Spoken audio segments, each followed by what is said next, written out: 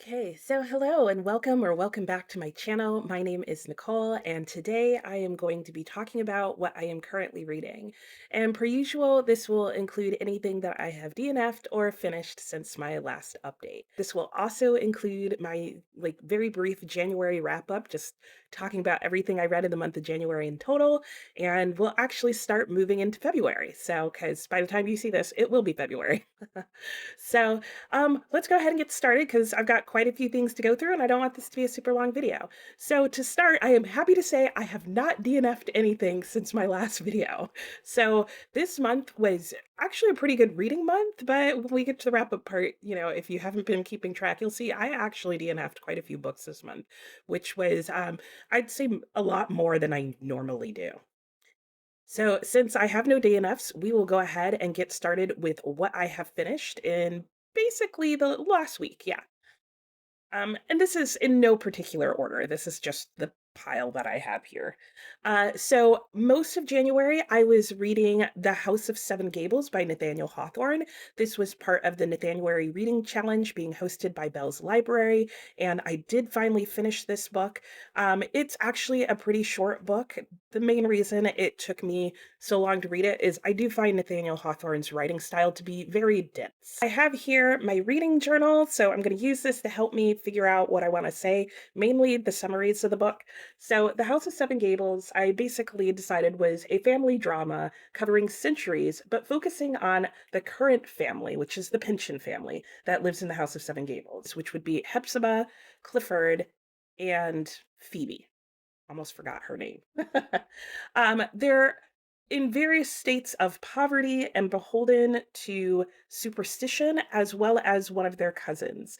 So this book has some really interesting themes that it explores, especially in terms of family ties. I would say it is way more of a character study in a lot of ways and the influences of characters on one another than it is a plot-based book.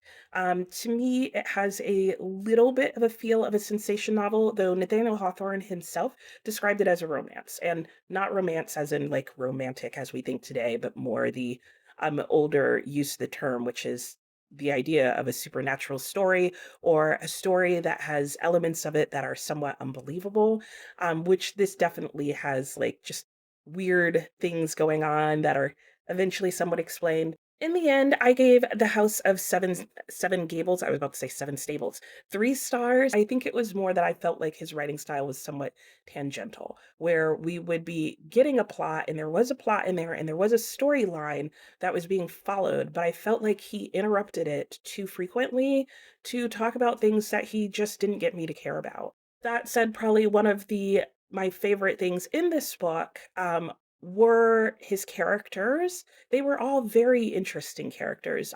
Each person really had their own personality. I felt like they were pretty well developed. But he definitely did one of my sort of pet peeves in writing, which is he told me about their character more than he showed me. I am walking away with this realizing that there are parts of Nathaniel Hawthorne's writing that I like, and while I'm not sure I would read another novel of his, I would definitely be interested in some of his short stories. The House of Seven Gables is 302 pages long. Another book that I finished in the last week or so is Doomsday Book by Connie Willis. This was a really major surprise read for me. I have read To Say Nothing of the Dog. Those two books make up the duology that is, I think, called the Oxford Time Travel series. The book takes place in Oxford, England, and this one I think starts in 2045. Um, and both books include time travel. So this is a science fiction book. It's a pretty large book. And the premise of the book is that there are two universities in Oxford, and both of them have sort of their own science lab that involves time travel. And they have a time travel machine that is used actually, I guess it's not a science lab, it's actually a history lab. And so they have a time travel machine and they use it. They're historians and students to go back in time and more thoroughly sort of explore time periods. In this book, they are sending a young woman, Kivrin back to 1320 to learn more about the Middle Ages in England and just how they survived different things. They chose this time period because it's supposed to be right before the Black Plague hit, so in that sense, she will be safe. What I was not expecting was that this book was really going to be a lot about disease and plagues and pandemics and epidemics and the human response to sickness and suffering. I cried at the end. It really had me. It was a very touching ending to this book.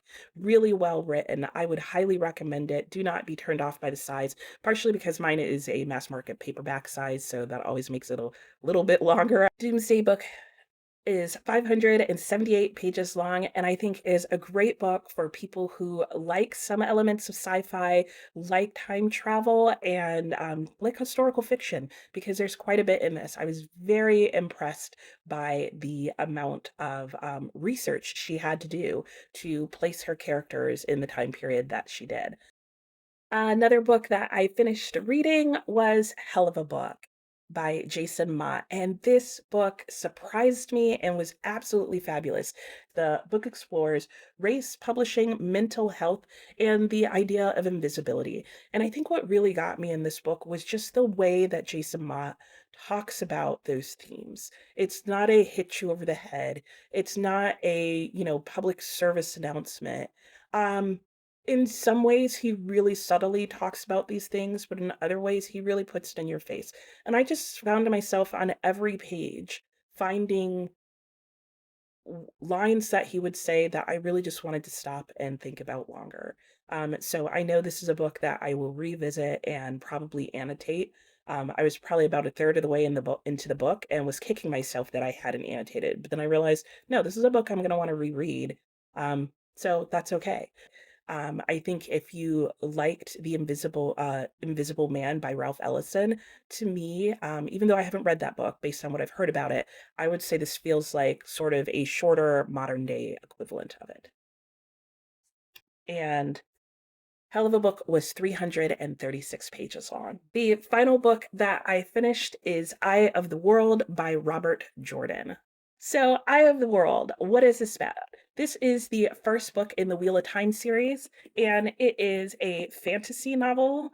And it is, I would say, what most people would consider like traditional fantasy, where you have sort of a group of people who are setting out on a journey. They're not on a quest. They are just journeying from one location to another, and they are trying to save the world. So I would say that's the basics of it. I would say the vast majority of this book is them being pursued by people who are trying to hunt them down and or kill them, and they're not sure why.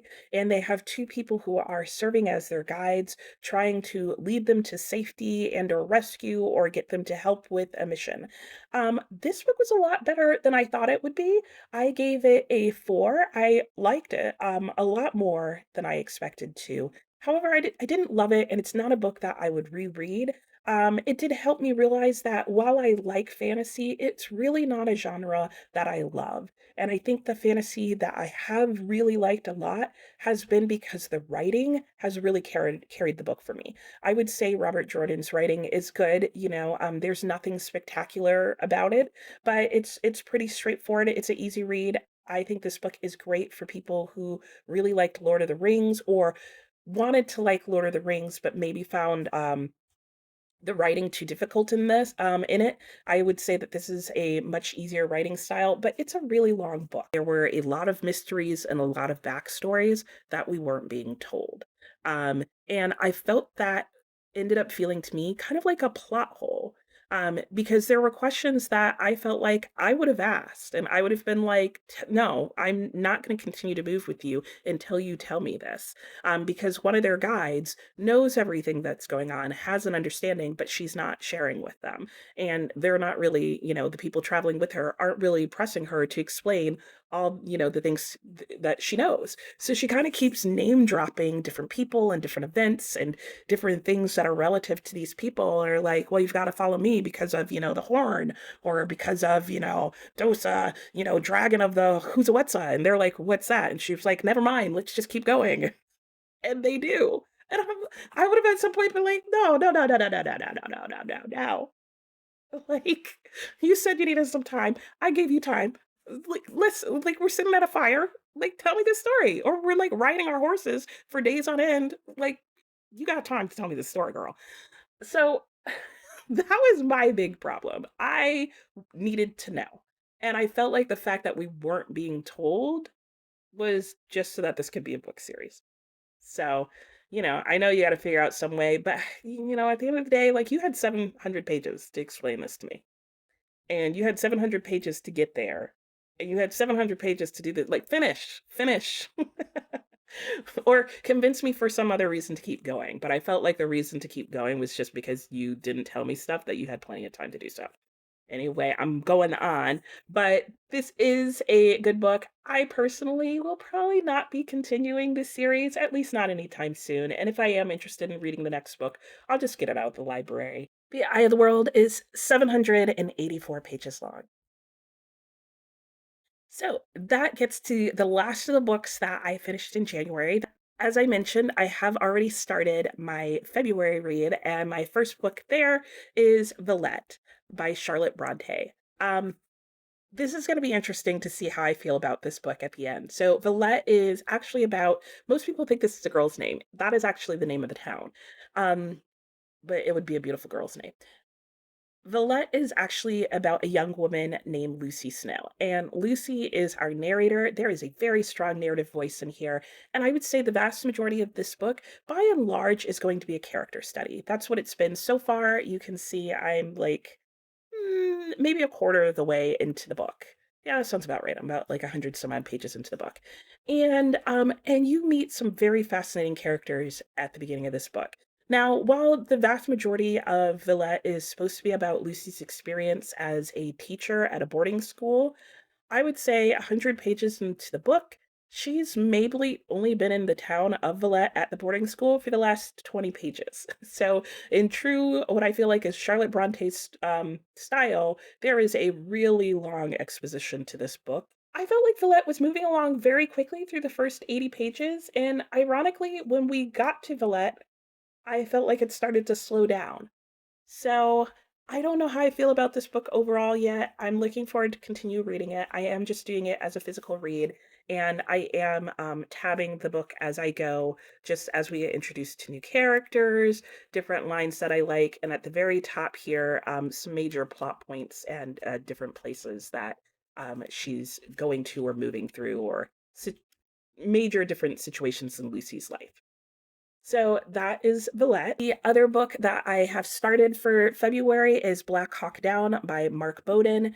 This was recommended to me by my son and was picked as a recommended book.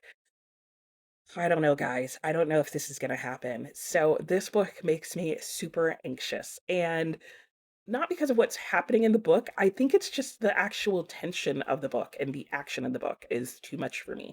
So I cannot watch action movies because when I do, I literally shake the entire time, like quivering in my seat because I get so drawn into the action that like my heart rate goes up and I get excited and my adrenaline starts pumping. And Black Hawk Down is doing that to me. So the first day I read this, I read 30 pages and had the worst night of sleep because all I could keep thinking about was like what's going to happen with these guys, and I was just waiting for the other shoe to drop in the book. So I have decided I can't read it. So I'm spreading it out over the course of the month, and I'm not physically going to read it. I'm going to listen to 3 chapters of this on audiobook per day. And hopefully that will help. My son's excited I'm reading it, and he's excited to talk about it.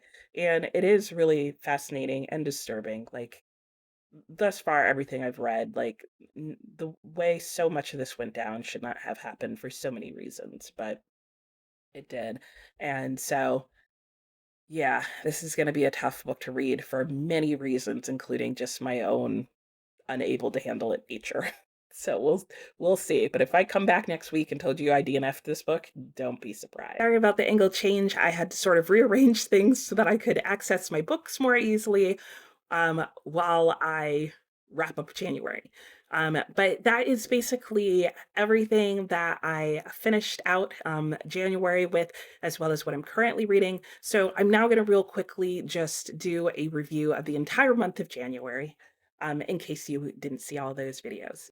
Okay, so to start with, in January, I DNF'd three books. One was The Unfair Advantage. That was a book that I was reading with my family for book club, and I just really was struggling with the book because I felt like I was not the right audience for it. I did skim most of it and did talk with my family about it, so I may come back to it eventually, but I doubt it. Um, I also DNF'd or really decided not even to start, I guess. The Great Alone. I read the first couple of pages and just realized that I really didn't feel like reading a book about the theme of domestic violence, especially since I feel like Kristen Hanna tends to write books that the main purpose is just to make you cry. I also DNF'd Brideshead Revisited by Evelyn Waugh is, I believe, the correct pronunciation of his name.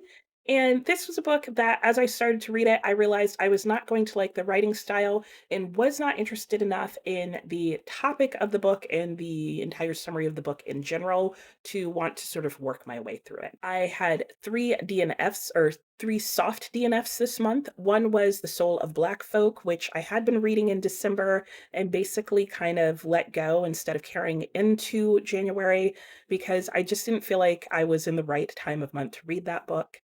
I also did a soft DNF on The Monkey King. I found that it was going to either be a very abridged, strange story that I wasn't understanding, or a very academic story using the other translation I had. And I just wasn't feeling like an academic read right now. So I may come back to this, but for now, this is going to go and live on my reader and haul cart. Another book that will be joining it was The Books of Jacob. I started reading this and realized that it was just not staying with me, and I had no idea what was going on in the book half the time. Not because the writing style was that complicated, but I don't know. I just couldn't remember what was happening from one reading to the next. So, like The Monkey King, it's going to go and live on my reader on haul cart. In January slash very end of December, I had five three-star reads, and those were The House of Seven Gables by Nathaniel Hawthorne, An Equal Music by Vikram Seth, An Irish Country Doctor by Patrick Taylor, A Darker Shade of Magic by V.E. Schwaub, and Eye of the World by Robert Jordan. All of these books were books that I thought were good. They were like okay, for a variety of reasons. And but they're books that I would still say that if you liked classics or wanted to read an American classic, or you liked music or like fantasy, that give it a try. But I don't think that they're books that I would recommend to everyone. Okay, during January, I also had five four-star reads, and these were all books that I really liked, and some of them pleasantly surprised me. But there were also books that I still had some small issue with that maybe kept them from being a book that I would want to read and reread. I say is a five-star. But my four-star reads this month are The Romance of the Forest by Anne Radcliffe, Life After Life by Kate Atkinson. And I have to say, this one I go back and forth about because there is a part of me that kind of would want to reread it, but then I go, well, it's pretty long, maybe not. The Poppy War by R.F. Kuang, and Dune, the graphic novel, both book one and book two. I am also really happy to say that in January, I had four five-star reads. These are books that I would recommend to anyone for a variety of different reasons, and that I personally loved and could see myself not only reading them one more time, but probably numerous times. And those books would be Animal Farm by George Orwell. I forgot to grab a copy, so I will just show it on the screen. Doomsday Book by Connie Willis. Hell of a Book by Jason Mott, and Miss or Mrs. by Wilkie Collins, which I think is a great classic to begin with if you're interested in Victorian fiction but not sure how you're going to like it. So, excluding the books I DNF'd and Animal Farm, which I forgot to grab, These are the 14 books that I read in the month of January. I'm going from 3 stars all the way up to 5 stars, not necessarily in order here, but and I had a great time. I do have to say that my month started out with a couple of 3 stars and I wasn't sure how it was going to go, but I am really pleased with the way this went. The vast majority of what I read this month is a 4 star book, which means I liked it and would recommend it to someone else to read.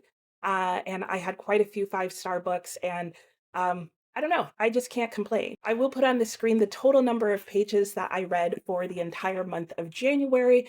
On the screen right now is how many pages I have left to read to get to 30,000 pages total. So that is what I'm going to be starting out with in February and trying to get that number down to 0. So I feel like I'm making really good progress and I'm really happy with all the reading I did this month. And I hope you had a great reading month as well. So that is it for today. I will see you next time. Don't forget to like and subscribe and leave a comment and let me know what you're currently reading. Bye.